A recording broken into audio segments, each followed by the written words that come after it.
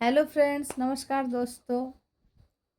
मैं हस्बैंड के लिए एक बात बोलना चाह रही हूँ, किसी के भी हस्बैंड के लिए, दुनिया में हर किसी के हस्बैंड के लिए। और ख़ासकर उन हस्बैंड के लिए जो मैं जो बोलने वाली हूँ, अगर उससे कुछ रिलेटेड हस्बैंड है तो मैं उन्हीं के लिए बात बोलना चाहती हूँ। दुनिया का वो हस्बैंड या दुनिया का वो मर्द जो अपने घर में, जो लड़की बाहर से आती है अपने ससुराल में, अपना घर द्वार मायका छोड़कर अपने हस्बैंड के घर, अपने ससुराल, और उस औरत की बेइज्जती होती है उसके ससुराल में बिना वजह। अगर कोई वजह है, लड़की भी बदमाश है, अलग, वो अलग मैटर है। मैं सिंपल तरीका से सिंपल बात बोल रही हूँ।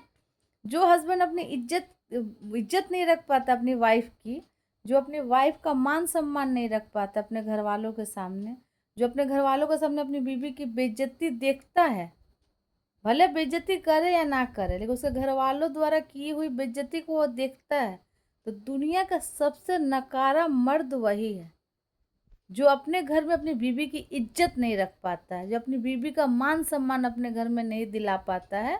वो मर्द दुनिया का सबसे नकारा मर्द है।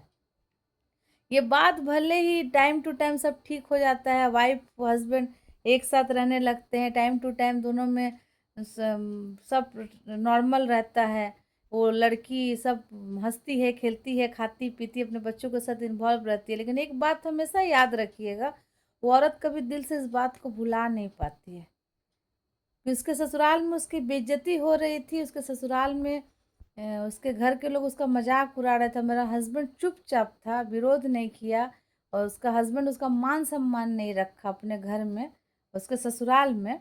तो आप यकीन मानिए कि वो औरत कभी इस चीज़ को भूल नहीं पाती है। एक औरत को आप एक टाइम का खाना खिला कर रख सकते हैं, आप नहीं खिलाएंगे तो भी वो रह जाएगी हंसते हुए, बिना किसी शिकायत का। लेकिन ससुराल में अगर बेइज्जती हो रहा है और हस्बैंड उसका सपोर्ट कर रहा है, और वाइफ को मान सम्मान दिलाने के लिए अपने तरफ से अगर कोई कोशिश नहीं कर रहा है, और तो आप यकीन मानिए वो औरत कभी इस चीज़ को भूल नहीं सकती है, वो कभी नहीं भूलती है।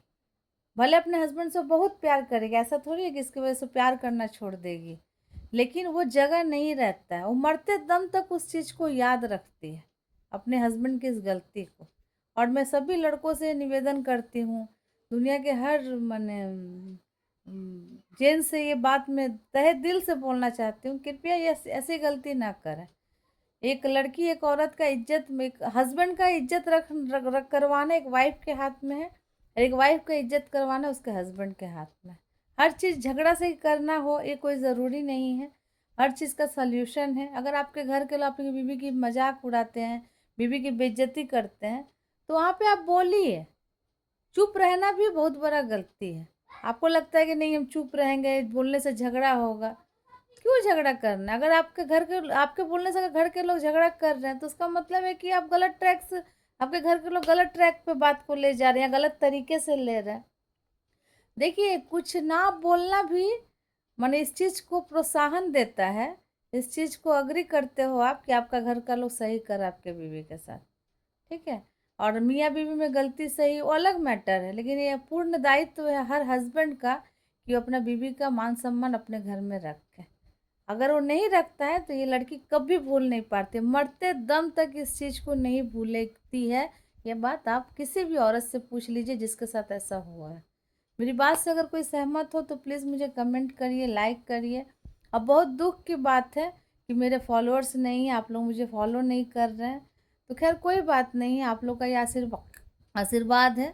चलिए, आप लोग अगर चाहेंगे तो मुझे अर्श से फर्श तक पहुंचाइएगा। और आप लोग के सपोर्ट का बहुत ज़रूरत है, मैं दिल से कह रही हूँ कि बहुत ज़रूरत है मुझे। आप लोग प्लीज़ मुझे फॉलो करिए, सब्सक्राइब करिए, लाइक करिए, कमेंट करिए, शेयर करिए, कुछ तो करिए। Thank you so much.